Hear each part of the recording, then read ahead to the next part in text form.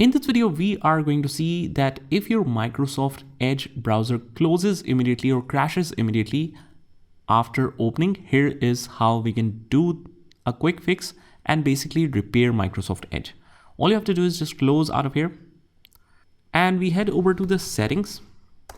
Under the apps, we find the apps section on our left. Click on that and click on the install app. And from here, we will find Edge. Right here, Edge. Here's Microsoft Edge. Just click on the three dots and click on modify.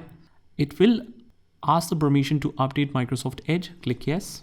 And basically make sure that you're connected to the internet because it will perform a quick repair process. Click on repair and it will download the fresh copy and update the Microsoft Edge instantly.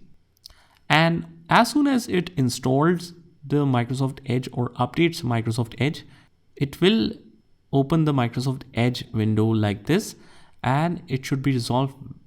The Microsoft Edge browser will not crash after that. So that's pretty much it, guys. I hope you found this video helpful, and if you did, hit the like button and subscribe to our channel, and I will see you in the next one.